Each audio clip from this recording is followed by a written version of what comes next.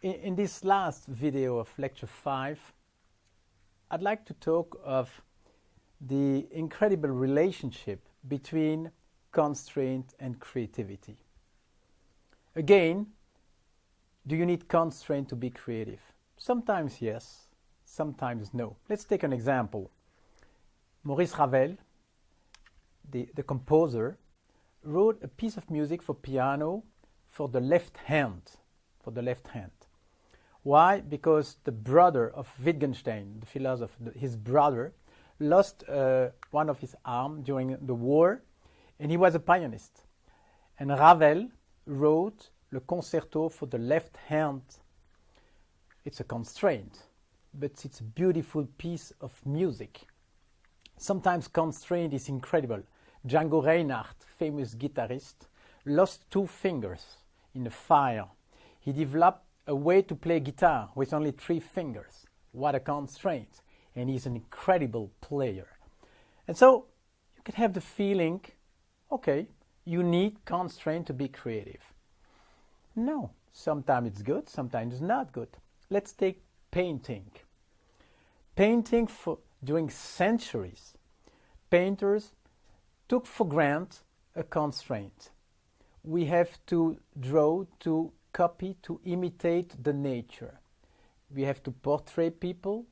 We have to describe exactly how's the landscape. 150 years ago, somebody invented photography. And what happened suddenly?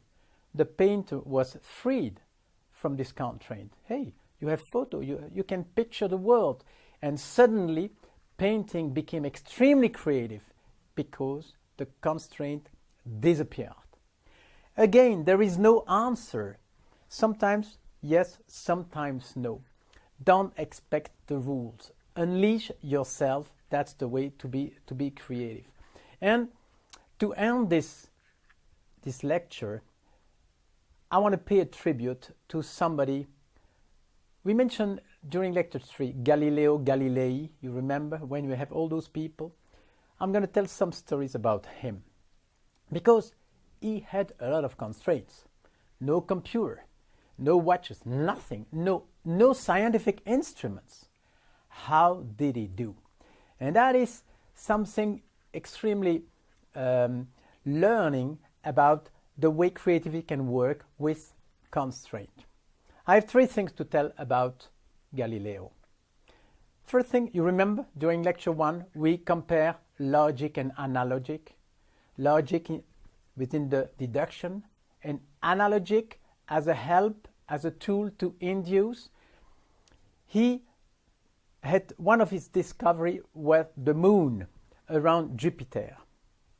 And imagine for him, for the very first time with a telescope, he looked at Jupiter and he saw some dots moving just in front of Jupiter. He wrote in his textbook, he wrote, Jupiter has moons. How was this possible? Because our moon did exist. He could make an analogy between our moon and the moons.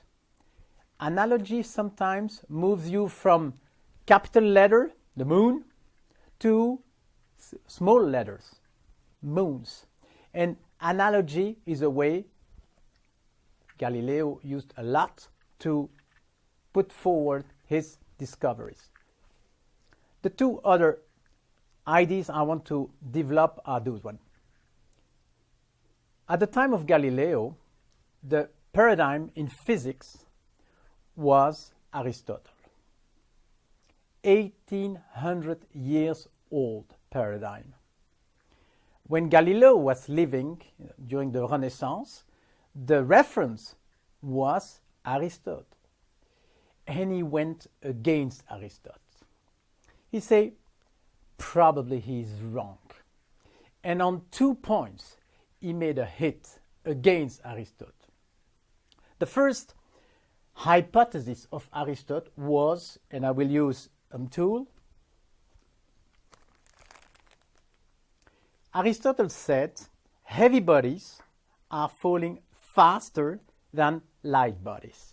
if I let them, this is going to fall faster than this one. Galileo thought this is not true. He was convinced. But how can I prove that? No instrument. I cannot measure time. I cannot picture. I have no computer. I have nothing. How can I prove Aristotle is wrong? He had an incredible idea. He did this. He organized this way. On one hand, he had like a brick. On the other hand, two half bricks. And if I do this, I ask you which side is going to fall faster. Same size, same volume, same weight, same amount of biscuits in this case. You'll say the speed is going to be the same. Exactly. And that's how he proved Aristotle was wrong. If mentally you imagine on one hand a brick and in the other hand two half bricks, there is not a single reason why this side would fall slower than this one. Aristotle was wrong. And it's amazing to see how the mind can help when tools are not available. And that was the case at the time of Galileo.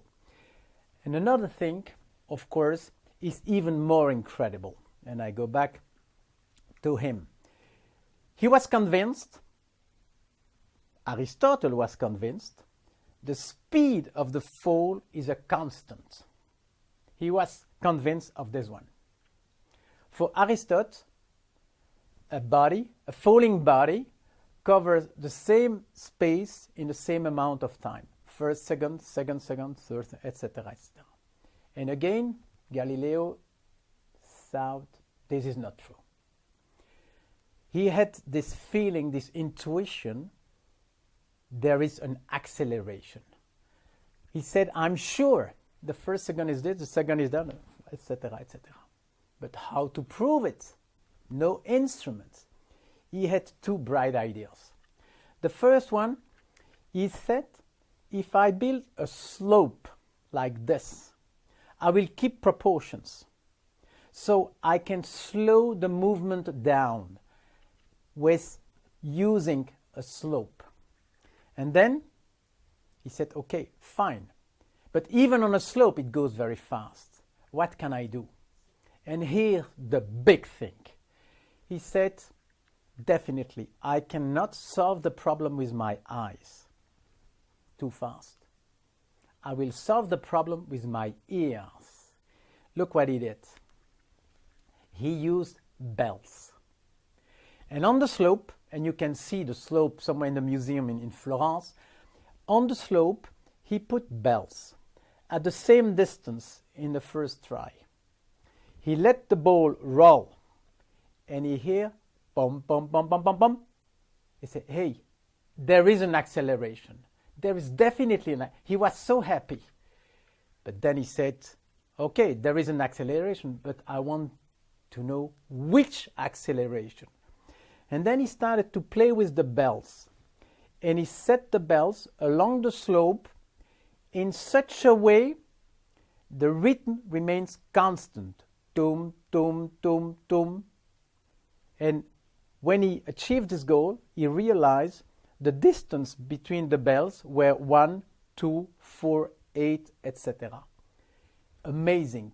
That's the way he proved there was an acceleration, and he even tell people it's always the square of the former one.